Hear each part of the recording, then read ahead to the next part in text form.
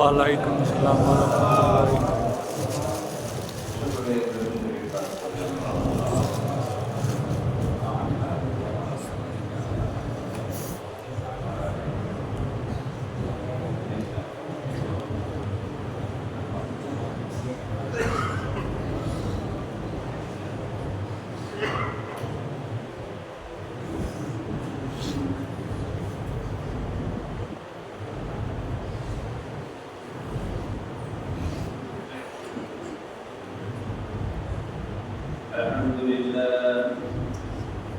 الحمد لله وحده والصلاة والسلام على من لا نبي بعده. أما بعد فأعوذ بالله من الشيطان الرجيم. بسم الله الرحمن الرحيم. إن الذين يتلون كتاب الله وأقاموا الصلاة وأنفقوا مما رزقناهم سرا وعلانية يرجون تجارة لن تبور. وقال النبي صلى الله عليه وسلم: من صلى علي واحدة صلى الله عليه عشرا، أو كما قال عليه الصلاة والسلام। আলহামদুলিল্লাহ, আল্লাহ তাআলার দরবারে শুকরিয়া আদায় করি, যিনি আমাদেরকে প্রচন্ড বৃষ্টির মধ্যেও আল্লাহর ইবাদতকে গুরুত্ব দিয়ে জুমার নামাজ পড়ার উদ্দেশ্যে মসজিদে আসতে পেরেছি। এজন্য শুকরিয়া করি আলহামদুলিল্লাহ। সাহাবী আব্দুল্লাহ ইবনে মাসউদ রাদিয়াল্লাহু তাআলা আনহু নবীকে জিজ্ঞাসা করলেন, আইয়ুল আমালি আহাব্বু ইলাল্লাহ, ইয়া রাসূল আল্লাহর কাছে সবচেয়ে প্রিয় আমল কোনটা?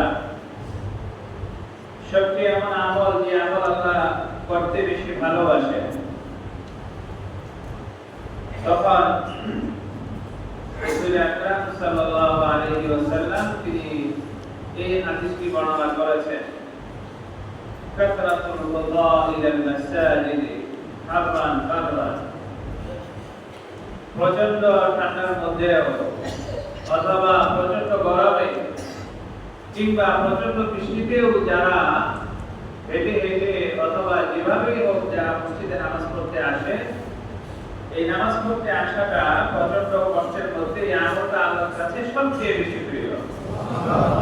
আজকে বৃষ্টির দিনেও আপনারা আগে চলে আসলেন, একটা ফজিলতের আমল। আজকে আমরা এমন কিছু বিষয়ের আলোচনা করব যে আমলগুলো ছোট ছোট সহজ, কিন্তু এর প্রতিদান অনেক বেশি। আমরা এখন নিয়মিত করি আমলগুলো। তো আজকে আমরা যে বিষয়টা আলোচনা করব সেটা হলো আমালুল ইয়াসিরা উজুরুন আযীমা, আমল সহজ, সওয়াব অনেক বেশি। ছোট আমল কিন্তু প্রতিদান আল্লাহর কাছ থেকে অনেক বেশি পাওয়া যায়। এখন একটা হলো এক নম্বর আমল, আমরা খেয়াল রাখবো, তাখসিসু বুরদি ইয়াউমিন মিনাল কুরআনিল কারীম, প্রতিদিন নিয়মিত কোরআন তেলাওয়াত করা। নিয়মিত, এই যে নিয়মিত বলতে কতটুকু আপনাকে করতে হবে, যে এটা কি সবটা কোরআন থেকে পড়তে হবে কিনা সেরকম নয় বিষয়টি। আপনার নিয়ম হলো যে আপনি প্রতিদিন কোরআনের একটা সূরা পড়েন, ইন্না আতাইনাকাল কাউসার ফাসল্লি লিরাব্বিকা, এটা আপনার মুখস্থ আছে। এখন আপনি নিয়ম করেন যে আমি প্রতিদিন এই সূরাটা পাঠ করব নিয়মিত, অথবা আপনি একটা আয়াতের অংশ। এটার জন্য এখন আমরা আপনাদেরকে নিয়ে যাচ্ছি কোরআনের কাছে, যেখানে আল্লাহ তাআলা বলেছেন, ইন্নাল্লাযীনা ইয়াতলুনা কিতাবাল্লাহ ওয়া আকামুস সালাতা ওয়া আনফাকু মিম্মা রাযাকনাহুম সিররান ওয়া আলানিয়া। আল্লাহ তাআলা বলেন, যারা নিয়মিত কোরআন তেলাওয়াত করে, যারা নিয়মিত কোরআন পাঠ করে।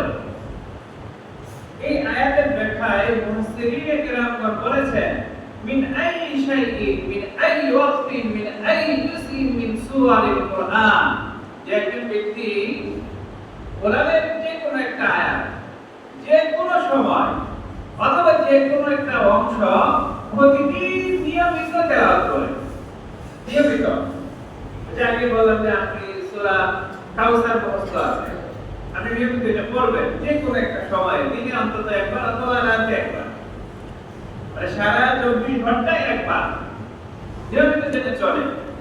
আল্লাহ তাআলা বলেন, তিজারাতান লান তাবুর, এই আমলটা এমন একটি ব্যবসার মতো, স্থায়ী ব্যবসা, যে ব্যবসার মধ্যে লাভের কোনো শেষ নাই। অর্থাৎ এমন একটা ব্যবসা, এই আমল করা বা কোরআন তেলাওয়াত করা নিয়মিত এমন একটি কাজ, যে কাজের ফজিলত এত বেশি, এটার কোনো শেষ নাই, সীমাহীন ফজিলত। দেখুন একটা আয়াত, তাহলে আমল ছোট, প্রতিদান অনেক বেশি। এখন নিয়মিত যিনি কোরআন তেলাওয়াত করবেন, যে কোনো একটা সূরা অথবা যে কোনো একটা আয়াত, অথবা আপনার এটা সহজ করতে ভালো লাগে, মনে করেন আপনার ভালো লাগে শুধু ইন্না আতাইনাকাল কাউসার, এটা ভালো লাগে করতে, এটা ছোট। মনে করেন প্রত্যেক নামাজে আলহামদুলিল্লাহ, আবার পরের আলহামদুলিল্লাহ, পরের আলহামদুলিল্লাহ, পরের এরকম একটা ভালো লাগে না? বুঝলে যদি না আতাইনা সূরা পড়ে, তখন মনের মধ্যে একটা আনন্দ লাগে, যেন নামাজ তাড়াতাড়ি শেষ হচ্ছে। কি বলেন? বৃষ্টির কারণে কি আপনার ঠান্ডা হয়ে গেছে? কথা তো বলতে হবে, চুপচাপ থাকলে তো আমরা মনে করবো আপনাদের মন খারাপ। যাই হোক, তাহলে নিয়মিত আপনি যখন এই আমলটা চালু করলেন, আপনার যে সূরা অথবা কোরআনের একটা অংশ আলহামদুলিল্লাহ রাব্বিল আলামিন। এতটুকু আপনার মুখস্থ আছে, আর নাই। আর মুখস্থ কিন্তু আপনি এটা নিয়মিত করে যাচ্ছেন। হযরত আবু হুরায়রা রাদিয়াল্লাহু আনহু হাদিসের মধ্যে বলেছেন, আল কোরআন ইয়াশফাউ লি আহলিহি ইয়াওমাল কিয়ামাহ হাত্তা ইয়াদখুলাহুল জান্নাহ। তারা নিয়মিত কোরআন তেলাওয়াত কিয়ামতের দিন আল্লাহর কাছে সুপারিশ ততক্ষণ করবে যতক্ষণ না তাকে জান্নাতে পৌঁছায় দিবে। সুবহানাল্লাহ। আমল সহজ, সহজ না বলবে? আমাদের কষ্ট লাগবে আমাদের করতে, সবাই করতে পারবে। গেল এক নম্বর আমল, নিয়মিত একটু হলেও একটা শব্দ হলেও কোরআন তেলাওয়াত করা। দুই নম্বর আমল, আল-ইকসারুস সালাতি আলা নবী সাল্লাল্লাহু আলাইহি ওয়াসাল্লাম। বেশি বেশি নবীজির উপরে বেশি বেশি দরুদ শরীফ পাঠ করা। আমরা শুধু নামাজের সময় পাঠ করি। দরুদ শরীফের বাংলা অর্থ হলো নবীজির জন্য রহমত আর বরকতের দোয়া করা আল্লাহর কাছে। আমরা বলি তো এই কথা, আল্লাহুম্মা সাল্লি আলা মুহাম্মাদ, এটুকু আমরা বলি, এর অর্থ তো আমরা কেউ জানি না। আল্লাহুম্মা, হে আল্লাহ, সাল্লি, আপনি রহমত বর্ষণ করুন, আলা মুহাম্মাদ, মুহাম্মদ সাল্লাল্লাহু আলাইহি ওয়াসাল্লামের উপরে। আল্লাহুম্মা সাল্লি আলা মুহাম্মাদ, দরুদ এটা হলো একেবারে সবচেয়ে সংক্ষিপ্ত। আপনি কি এতটুকু বলেন আল্লাহুম্মা সাল্লি আলা মুহাম্মাদ, তাহলে একবার দরুদ শরীফ হয়ে গেছে। আপনি এতটুকু বললেন, এই দরুদ শরীফের জন্য আপনাকে ওযু করতে হবে না, গোসল করতে হবে না, আলাদা তায়াম্মুম করতে হবে না, কিছুই করতে হবে না। আপনার ওযু নাই, গোসল নাই, শরীর নাপাক, ময়লা ছয়লা, এরপরেও যদি আপনি দরুদ শরীফ পাঠ করেন তাহলে প্রতিফলটা কি হবে? রাসূলুল্লাহ সাল্লাল্লাহু আলাইহি ওয়াসাল্লাম বলেছেন, মান সাল্লা আলাইয়া ওয়াহিদা, যে ব্যক্তি আমার উপরে একবার দরুদ শরীফ পাঠ করে, সাল্লাল্লাহু আলাইহি আশারা, আল্লাহ তাআলা তার উপরে 10টি রহমত নাযিল করেন। সুবহানাল্লাহ। শুধু তাই নয়, হাদিসে কুদসির মধ্যে স্বয়ং আল্লাহ তাআলা বলেছেন, ইন্না লিল্লাহি মালাইকাতান সাইয়াহিনা ফিল আরদি فإذا صلى أحدنا على النبي صلى الله عليه وسلم يخبرون النبي। নবী বলেছেন, এটা আল্লাহর কথা, হাদিসে কুদসি, কিন্তু ভাষাটা হলো নবীর, কথাটা আল্লাহ। এটাকে বলা হয় হাদিসে কুদসি। আর আমরা যে কোরআন তেলাওয়াত করি, এই কোরআনের ভাষাও আল্লাহ, আবার এই কথাটাও আল্লাহ। একটা হলো যে আমি আপনাকে একটা কথা বললাম, কথা বলার পরে আপনি নিজের ভাষায় সেটা ব্যাখ্যা করলেন, ভাষায় দিয়ে। তাহলে এটা হলো যে কথাটা আল্লাহ, কিন্তু উচ্চারণ ভিত্তিক ভাষা হলো নবীজির। এটাকে বলা হয় হাদিসে কুদসি। কথাও নবীজির, ভাষাও নবীজির, এটা হলো শুধু হাদিস।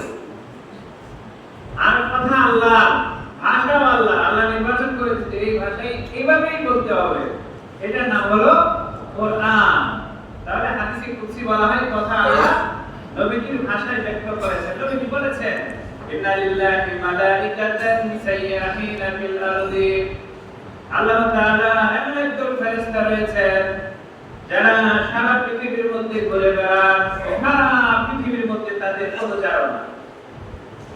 ফাইদা সাল্লা আহাদুনা আলান নবী সাল্লাল্লাহু আলাইহি ওয়াসাল্লাম, যখন একজন মানুষ আল্লাহর রাসূলের নামে একবার অথবা দুইবার দরুদ শরীফ পাঠ করেন, একবার দুইবার দরুদ শরীফ পাঠ করেন, তারা এটা সংগ্রহ করেন। তাদের কাজ হলো কে কে দরুদ শরীফ পাঠ করছে তাকে খুঁজে বের করা।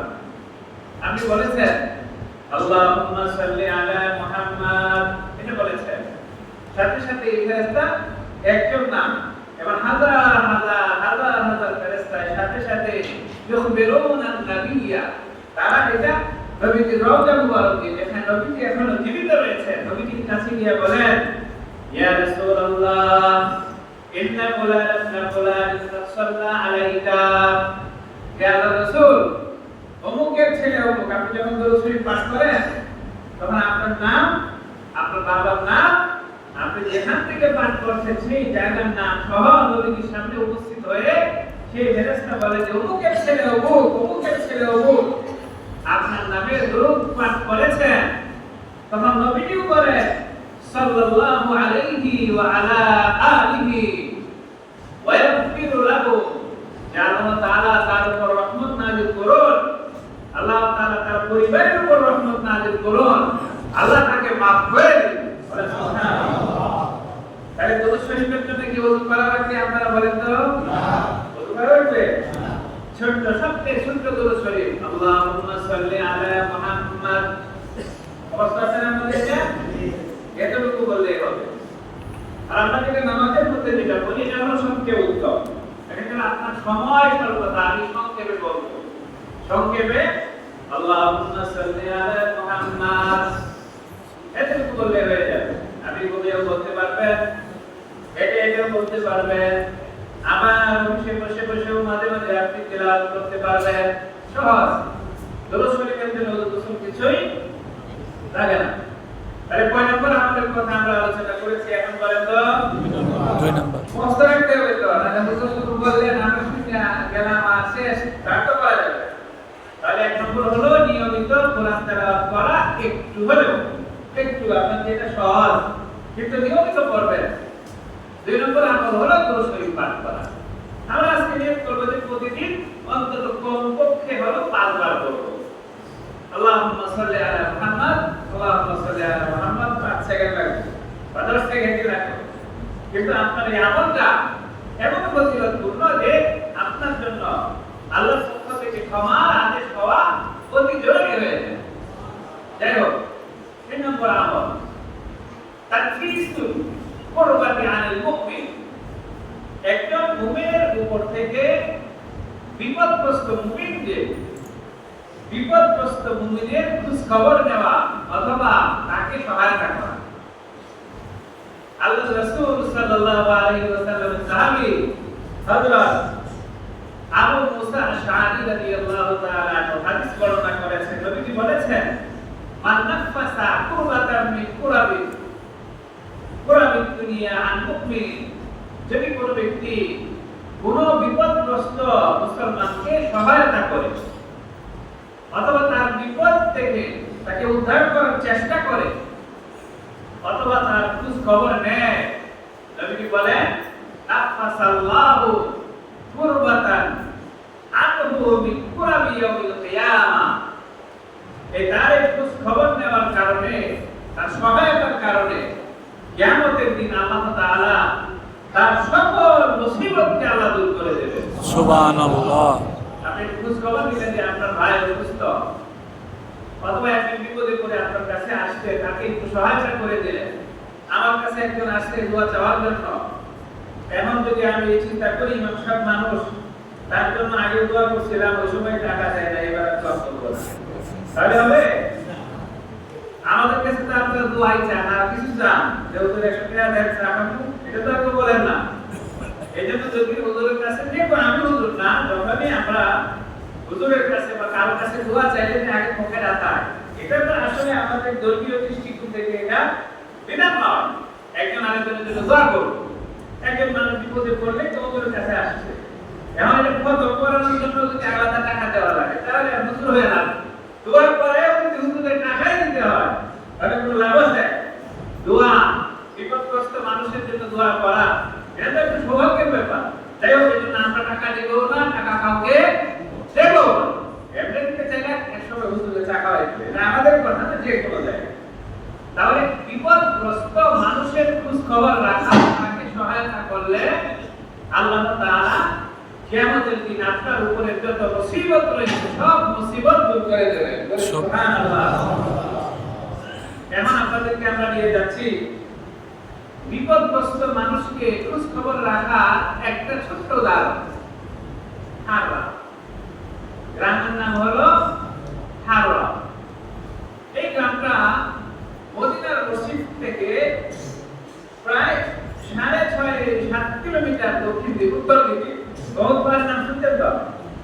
বহুত পাহাড়ের দিক দিয়ে বাদদের দিয়ে ছোট্ট একটা গলি পার হলে সামনে মরুভূমি। এখানে যে গ্রামটা, এই গ্রামের নাম হলো হাররা। এই বেশ কিছু কুড়ে ঘর, এখানে মানুষ বেশিরভাগ মানুষ বসবাস।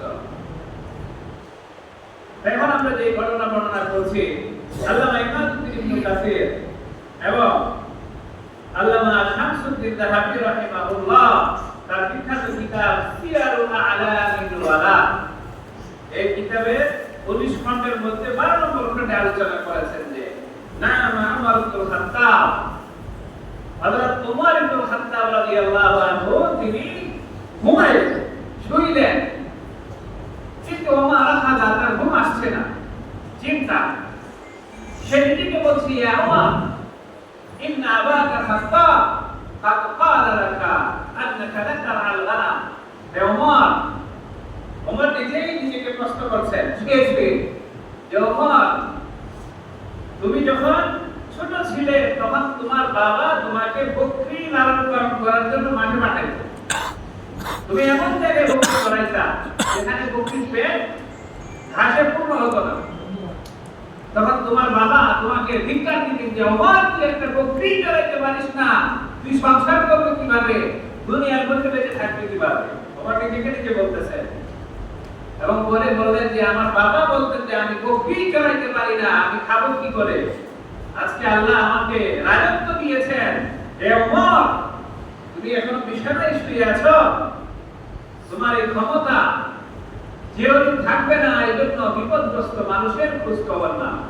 তুমি আরামে ঘুমাইলে তোমার মালিকানা, তোমার এই রাষ্ট্রের কোন মানুষের বিপদগ্রস্ত তার খোঁজ খবর দিবা কিভাবে? এই উমরের ঘুম বা থাকতে লাগলেন। মদিনা থেকে, মসজিদ থেকে উত্তর দিকে হাঁটতে উহুদ পাহাড়ের ছোট্ট গলি দিয়ে নিচের দিক দিয়ে বাদদের দিয়ে সামনে হাররায় চলে গেলেন। এক এক সময় একই জায়গায় যান, যেখানে কেউ বিপদগ্রস্ত আছে কিনা, অথবা কেউ অসুস্থতার কারণে কাতরাচ্ছে কিনা, কেউ কষ্ট পাচ্ছে কিনা। কিছুক্ষণ যাওয়ার পর আমরা একটা কুড়ে ঘরে পিটপিট করে বাতি জ্বলছে, কুড়ি বাতি। ওমর সেই বাতি বা আগুনের সূত্র ধরে সেদিকে এগিয়ে গেলেন। যখন বাসার কাছে গিয়ে কিছুক্ষণ দাঁড়িয়ে থাকলেন, তখন ভেতর থেকে একজন মধ্যবয়স্ক নারী আর একজন তরুণীর পরস্পরের কথার আওয়াজ তিনি শুনতে পাইলেন। মধ্যবয়স্ক নারী তিনি বলছেন, আলা তাখতারিফিল মাআ ফিল লাবান ইয়া বিনতি জুবাইদা, হে আমার কন্যা জুবাইদা, তুমি কি এখনো দুধের ভেতরে এখনো পানি মিশাও নাই? আমাদের বিষয়বস্তু হলো যে বিপদগ্রস্ত মানুষের খোঁজ খবর নেওয়া। তখন এই প্রায় মধ্যরাতের পরে শেষ রাতে হাররায় গেলেন, একটা ছোট্ট ঘর থেকে আওয়াজ আসলো যে এখনো দুধের মধ্যে পানি কেন মিশাও না?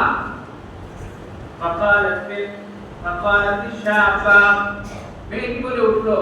তার আওয়াজ শুনে ওমর বলেন, ইন্নী কাদ যানাতু আন্নাহা শাবা। ওমর নিজে বলেছেন যে আমার মনে হচ্ছিল যে যে মেয়েটি কথা বলছে সে তরুণী হবে, আওয়াজ কেটে বোঝা যায়। তবে বললেন, ইয়া উম্মি আমা লা তা'লামিনা যালিকা আন্না উমর ইবনে খাত্তাব আমিরুল মুমিনিন কাদ নাহা আনহু। মা জননী, আপনি জানেন না আমাদের আমিরুল মুমিনিন উমর ইবনে খাত্তাব দুধের মধ্যে পানি মিশাতে নিষেধ করেছেন। দুধের মধ্যে পানি মিশানো যাবে, নিষিদ্ধ। ফাকারাতিল মা বলে উঠলেন, হাইয়া উমর, ইয়া উমর আন্নাহু কাদ মাত। আরে উমর, এখন তো মদিনা শরীফ ঘুমাইতেছে, তুমি উমরের কথা এখানে নিয়ে বসে আছো। উমর ঘুমায়, উমর কিন্তু বাড়ির পেছনে দাঁড়িয়ে শুনতেছে। তখন এই মেয়েটি বা তরুণী যুবতী জুবাইরা এসে বলল এই কথা, ইয়া উম্মি ইন্নী লাম আখতালিতাল মাআ ফিল লাবান, আমি কখনোই দুধের মধ্যে পানি মিশাবো না। কেন? ওমর না দেখো, ওমর কোনো সৈন্য না দেখো, কেউ না দেখো, কোনো মানুষ না দেখো। আপনি কোরআন আয়াত পড়েন নাই, ইন্নাল্লাহা কানা আলাইকুম রাকিবা। আল্লাহ আমাদেরকে সর্বদা সব সময় 24 ঘন্টা অন্ধকারে পানির উপরে সব জায়গায় তিনি আমাদেরকে দেখছেন। আজ আমি আল্লাহর ভয়ে দুধের ভেতরে আমি পানি মিশাবো না, আল্লাহ দেখছেন। ওমর না দেখো, আমি এটা করবোই না। ওমর রাদিয়াল্লাহু আনহু এই তরুণীর কথা শুনে অবাক হয়ে গেলেন। সেখান থেকে চলে আসছেন ছোট্ট একটা চিহ্ন যে যদি বাইরে কিনা যায়, তখন তো আর ইলেকট্রিসিটি ছিল না বা বিদ্যুৎ ব্যবস্থা ছিল না, কিভাবে দেখবেন? যাই হোক, এটা চিহ্ন দিয়ে চলে আসছেন। পরের দিন আমরা এই যে একটু আগে যে হাদিসটা বর্ণনা করেছিলাম, আবু মালিক আশআরী, আবু মুসা আশআরী রাদিয়াল্লাহু আনহু হাদিস, তাকে ডেকে বললেন ফজর নামাজ পড়ে যে হামলার গ্রামে এই ১ নম্বর বাড়ি চিহ্নিত জায়গায় এখানে যারা বসবাস করে ধরে নিয়ে আসে। আবু মুসা আশআরী রাদিয়াল্লাহু আনহু সেখানে গিয়ে দেখে ধরে আনলেন। ধরে আনার পরে মা মেয়ে সেখানে যখন বাড়ি থেকে আনলেন, দরজায় খটখটাইলেন। ভেতর থেকে আওয়াজ আসলো যে আমাদের বাড়িতে কোনো পুরুষ নাই, আপনার কোনো প্রয়োজন থাকলে বাড়ি থেকে বলেন। তখন আবু মুসা আশআরী রাদিয়াল্লাহু আনহু বললেন যে কেউ না থাকুক, আপনারা যারা আছেন ওমরের দরবারে যান। ওমর রাদিয়াল্লাহু তাআলা দরবারে উপস্থিত। বড় লম্বাটাকে আমরা সংক্ষেপ করে দিচ্ছি। ওমর বললেন যে দুধের মধ্যে পানি মিশাইতে কে বলেছিল? মা হাত তুললেন যে আমি বলছিলাম। কেন? তখন মা বললেন, দেখুন আমার স্বামী এই যে কিছুদিন আগে যে কাদেসিয়ার যুদ্ধ হয়েছিল, পারস্যের অগ্নি পূজারীদের সাথে, সেই যুদ্ধে আমার স্বামী মারা যায়। আমরা দুজন, এই যুবতী নারী আর আমি, আর কেউ নাই। সংসার লালন পালনের মতো কোন অবস্থা নাই। একটা দুধ থেকে আমরা সামান্য পরিমাণ দুধ আহরণ করি, সেটার মধ্যে পানি মিশাই বিক্রি করি।